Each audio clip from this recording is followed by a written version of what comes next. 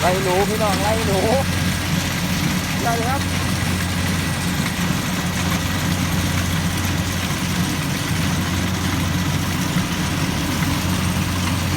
ชอบดูนี่เปล่า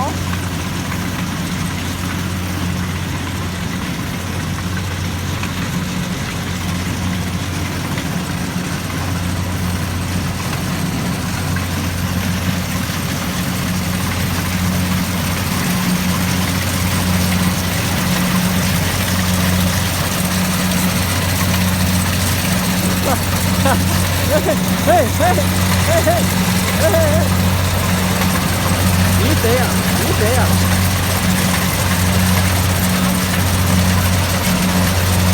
เอาไปแพ้แล้ว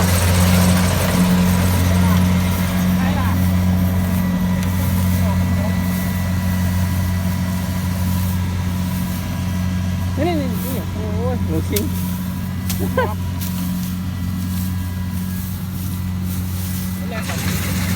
บ่ได้กลับนะผมว่ากลับบ่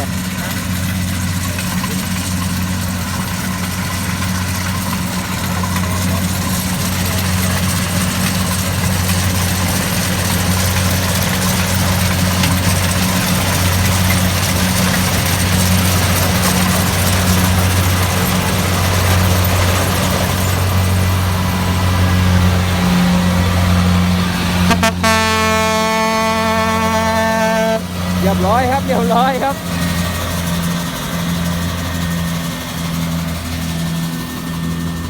หนูหายไปเลยวะมันกลับคืนบ่เหรอโอ้หายไปเลยวะพลาดเลยวะพลาดเลยพลาดเลยเกลียดบ่ก็ต้องโอ้พลาด